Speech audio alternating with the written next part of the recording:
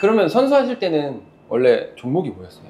저는 초등학교 때는 첫 시작은 높이뛰기 선수였고요. 높이뛰기. 근데 이제 잘 못해서 100m로 넘어갔는데 100m도 예선 탈락하고, 그래서 뛰었던 게 800m를 했었어요. 그래서 800m 선수로 중학교 때까지 하다가 이제 스피드가 워낙 없었다 보니까 장거리 선수로서의 이제 제한이 와서 조금씩 거리가 길어지다 보니까 네, 고등학교 때까지는 마라톤을 뛰진 않아요. 그쵸, 그래서 그쵸? 5천만 미 선수로 활약을 하다가 이제 실업팀에 가고 마라톤 선수로서 활동을 했습니다. 그렇구나. 어쨌든 마라톤 선수로 활동을 하셨던 거네요. 점점 거리가 늘어가면서. 네. 달리기 코치분들 중에서는 네. 수업이 많으신 편인가요? 예를 들면 좀 수요가 많다, 내가. 지금 좀 어느 정도는 그래도 수요가 많아진 편이 아닌가. 이 러닝 붐과 함께 같이? 네. 그리고 그전엔 사실 개인 수업 같은 걸 많이 했었고, 아니면은 그런 그룹 수업 같은 경우는 일주일에 한두 번 이렇게 있었으면은, 지금은 사실 희망하는 곳들이 많이 있어서 뭐 요일별로 이렇게 한다든지 하고 있는 편이에요. 그러면은 지금처럼 러닝 붐이 있기 전에 전에부터 계속 코치를 일반인 대상의 코치를 하셨던 거예요? 네, 제가 운동을 그만두고 처음에는 이런 붐이 없었을 때였어가지고, 그때는 이제 숨고라는 그 어플을 통해서 개인 수업을 했었어요. 그래서 저는 한 숨고로 2년에서 3년 정도는 계속 했던 것 같아요. 그러구나. 그러니까 되게 뭔가 야무지게 뭘 하고 있었네요. 이제 제 생각에도 이제 엘리트 선수로서 어쨌든 해오셨으니까 그렇게 배웠잖아요, 자기가. 네, 맞아요. 그러면 사실은 이제 가르칠 때도 내가 배워왔던 것들을 좀 가르치게 되고, 방식도 약간 그런 걸 따라가게 되는데 일반 러너분들은 그거의 반의 반도 사실 따라가기 힘들 가능성이 높거든요. 그쵸. 그래서 저는 특히 이제 엘리트 선수분들이 코칭을 하실 때 일반인 러너들을 가르칠 때랑 좀 차이가 많이 나지 않나요? 차이가 많이 나죠. 그죠? 제가 운동을 그만두고 영업을 했었고요. 트레이너도 잠깐 했었는데 어쨌든 그것도 모든 게 다 영업이더라고요. 근데 이제 저는 뭔가 이거에 대한 지식을 전달했을 때 사람들이 되게 좋게 받아줄 거라고 생각을 했었는데 그랬는데 영업을 해보다 보니까 되게 이 고객의 언어로 이 사람들이 받아들이기 쉽게 얘기하는 게 가장 중요한 포인트더라고요. 네, 그래서 되게 중요한 거를 해주셨구나. 그래서 사실 달리기를 하는 사람도 마찬가지로 나의 고객이라고 생각을 했을 때 제가 어려운 용어로 말하기보다는 되게 쉽게, 그리고 천천히 이해할 수 있는 것부터 끌어당겨주면서 알려주는 게 제일 중요하다라고 생각을 했던 것 같아요. 맞아요. 되게 중요한 부분인 것 같아요. 이렇게 뭔가 개별화 해가지고 그 사람한테 맞게 좀 이렇게 재밌게 이렇게 해주신다고. 뭐 개인 수업 같은 경우는 이제 개인 분들에게 맞춰서 하지만 지금 같은 경우는 그룹 수업을 좀 많이 하고 있다 보니까 아무래도 바빠지면 개인 수업 할 시간이 좀 사실 한 분 한 분 다 케어를 하기는 조금 어렵기는 하지만, 그래도 이분들이 조금 더 흥미를 느끼고 따라올 수 있게끔 그렇게 좀 차근차근 알려주려고 하는 편이네요. 개인 수업 만약 그런 거 하게 되면은 일주일에 몇 번 해요? 보통 개인으로 수업을 하시는 분들은 제가 권유하기를 일주일에 한 번 정도만 이제 권유를 드리는데, 왜냐면은 달리기는 개별적으로 혼자서도 충분히 뛸 수 있는 거다 보니까 평일에는 내가 조깅을 뛰어보면서 어떤 게 부족하지 하면서 숙제 내주기도 하고 이렇게 그렇게 해보면서 일주일에 한 번 정도 만났을 때 그거를 보완해 줄 수 있는 시스템으로 거의 보통 진행을 했었고, 근데 대부분 제가 개인 수업을 했던 분들은 이렇게 단체 수업에 나오는 걸 좀 꺼려 하시거나 굉장히 아이이신 분들 사람들과 어울리는 걸 조금 부담스러워 하신다 저는 그런 마음을 되게 잘 이해하는, 좀 힘들어요. 에너지가 좀 많이 빠지는 느낌. 그리고 대부분은 그냥 혼자 뛰기가, 혼자는 죽어도 안 뛰니까 코치님이 옆에서 헬스 트레이너랑 비슷한 거네요. 네, 맞아요. 혼자서는 죽어도 안 뛰니까 코치님과 시간을 맞춰서 나오면 어떻게 해서든 뛰기 때문에 그래서 빈도수 같은 경우는 그렇게라도 뛰기 위해서 일주일에 2번 정도 하시는 분도 계셨었고. 그래서 혹시 지금 시계 뭐 차세요? 시계요? 가민을 찹니다. 가민 그걸로 재면 VO2max 혹시 몇이에요? 사실 체크를 안 해봐서. 보면 나오잖아. 어디서 봐요? 어디서 보냐고?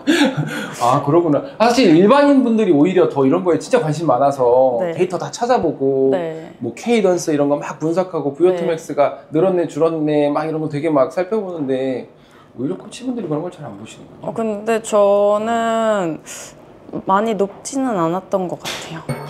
많이 높지 않다는 10kg 35분 주자의 말씀을. 네. VO2max 여기서 보면 되는 거 아니에요? 맞아, 거기서도 볼 수 있어요. 어플에서. 나 여기서도 못 찾. V2max 너무 궁금하다. 어디서 보는 거야? 근데 저 한 50 몇인가?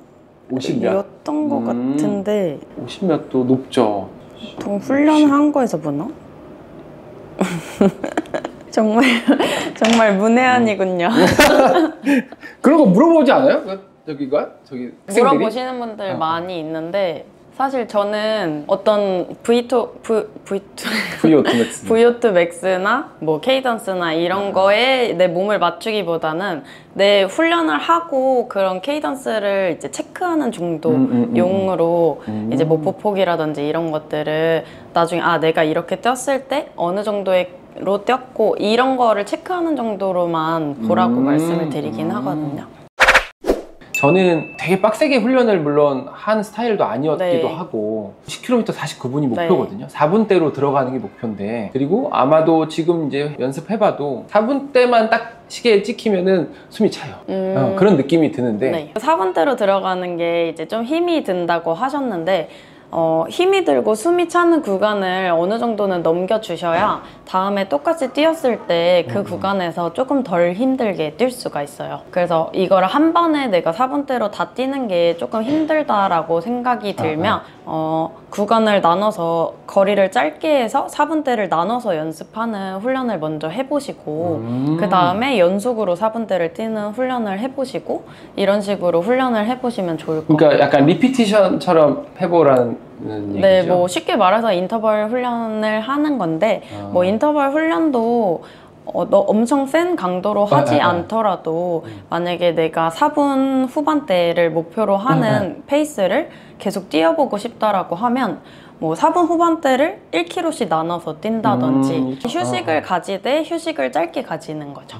네, 그 대신 휴식도 반복적으로 짧게 가졌으면 그 짧은 휴식을 반복적으로 내가 할 수 있는 페이스를 먼저 해보고 그 다음에 그 페이스에서 조금씩 낮춰가는 훈련을 계속 하시는 게 필요할 것 같고요. 근데 가장 기본적인 거는 어느 코치님도 다 말씀하시겠지만 조깅이 선행이 돼야 돼요. 10km를 뛰기 위해서 뭐 물론 마라톤을 뛰기 위해서 40km를 매번 뛰세요라고는 말은 안 하지만 기본적으로 10km를 채워주시거나 1시간 정도의 시간을 채워주는 조깅을 해주시면 더 좋을 것 같고요. 네네. 그 중간 사이에 이제 너무 느리게만 뛰다 보면 페이스를 맞아요. 올릴 수가 없기 때문에 5km나 뭐 6km를 뛰더라도 뭐 4분대로 한번 뛰어본다든지 이런 훈련들을 한 번씩 넣어서 훈련을 해주시면 더 좋을 것 같아요. 알겠습니다. 오늘 공짜 제일 빨리 느는 방법 중에 하나가 저랑 비슷한 속도에 있는데 저보다 조금 더 잘 뛰시는 분들을 따라서 훈련을 하시는 것도 되게 방법 중에 하나예요. 혼자서만 510을 어떻게든 맞춰야지라고 생각을 하면 맞추기가 맞아요. 되게 힘들거든요. 그리고 대부분 지속주를 하실 때 많은 분들이 내가 오늘 510 페이스로 뛰어야겠다 라고 나가서 시작부터 510을 뛰세요. 맞아요. 저도 그랬어요. 저희 대부분 선수들이 내가 평소에 뛰는 것보다 빠르게 뛴다라고 하면은 10분에서 15분 정도 못해도 몸을 풀고 휴식을 했다가 이제 워밍업을 하고 스트레칭도 확실히 하고 네, 그러고 나서 이제 지속주 출발 이렇게 한다고 생각을 하시면 돼요. 그래서 대회 때 평소보다 잘 뛰는 거는 저희가 대회 전에 미리 가서 몸도 풀고 조금 어느 정도 여유가 있는 상태에서 움직이다가 뛰니까 이제 대회 때 기록이 잘 나오는 거거든요. 의사들은 항상 자꾸 어디가 아프면 쉬라 그러잖아요. 네. 근데 이 코치님의 입장에서 그렇다고 마냥 너무 몸살이면서 쉬기만 하면 사실 늘질 않는단 말이죠. 그쵸. 그러면 유진 코치님이 보시기에는 어디까지는 내가 버티면서 해나가야 그래도 더 발전할 수 있다. 근데 저는 제가 생각했을 때 부상은 뭐 선수들이나 엄청 잘 뛰시는 러너분들 같은 경우에는 너무 많이 훈련을 해서 아프는 경우들이 많지만 이제 시작하는 초보분들이라고 하면은 훈련량이 그렇게 많지 않아도 부상으로 이어지는 경우는 뭐 자세의 문제일 수도 있지만 운동 전후로 충분한 몸풀기가 되지 않기도 하고 평생 운동하지 않았었는데 그만큼 맞아요. 근력이 받쳐주지 않는 상태에서 운동을 하다 보니까 이게 통증인지 근육통인지에 대한 구분이 없으신 분들도 맞아요, 있고 맞아요. 이래서 사실 그런 거를 어느 정도 구분하면서 휴식을 취하시는 게 좋다고 생각을 하거든요. 그래서 훈련을 내가 어느 정도 했는지에 따라서 이제 휴식으로 가야 되는 부분이 있을 수도 있고 그거를 마사지 해소하고 부족한 부분을 채워가면서 운동으로 이어가야 되는지에 따라서 조금 차이가 있을 것 같아요. 결국에는 자기가 운동을 하면서 그거를 좀 구분해낼 수 있는 그 감을 계속 길러 나가야 된다는 거네, 그렇죠? 되게 맞는 말인 것 같아요. 저는 이제 환자들을 보게 되면 대부분 나이 드신 분들이 많고 나이가 많으신 분들도 어디가 아파한데 그게 근육통인지 아니면 그런 거에 대해서 구분 잘 못하시는 분들이 많아요. 그래서 운동하시라고 하면 근육통이 오는데 이거 뭔가 문제 있다. 그래서 운동을 안 하시거나 그런 경우들이 좀 있는데 좀 하면서 어쨌든 계속 채워나가야 되는 부분이라고 생각이 되네요. 저는 그래서 운동을 하면서 어느 정도 통증이 있다고 하면 훈련을 이어나가면서 조금 체크를 하면서 운동을 하시라고 말씀을 드리기는 해요. 그러다 보면 오히려 운동을 많이 하다 보면 오히려 통증이 사라졌다고 하시는 분들도 있어서 그래서 처음에는 몸을 만들어가는 과정에서 다리 마사지도 하고 풀어주면서 스트레칭이랑 잘 하고 또 부족한 부분은 보강 운동하고 그리고 훈련을 계속 반복해서 이어가시라고 말씀드리고 있습니다. 코치님은 그럼 제일 크게 알았던 부상이 뭐였어요? 저는 햄스트링이랑 족저, 아킬레스. 뭐 많이 나온다 이제. 저는 좀 부상이 많았던 러너 중에 하나라 대부분의 선수들이 이 정도의 부상은 다 갖고 운동을 하는 것 같아요. 한 번씩은 다 경험하고.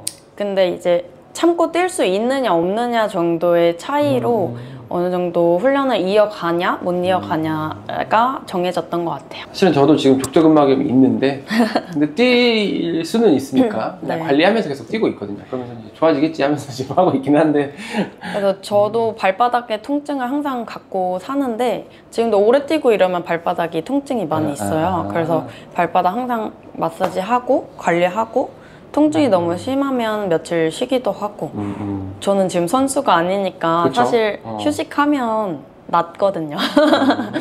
근데 선수들 같은 경우에는 휴식을 못하니까 이제 부상이 조금 더 커지는 경우들도 많이 있죠. 오늘 뭐 먼 걸음 해주셔가지고 너무 감사합니다. 네. 아닙니다. 저도 즐거운 시간이었던 것 같습니다. 더 즐겁게 해드려야 되는데 가세요. 네.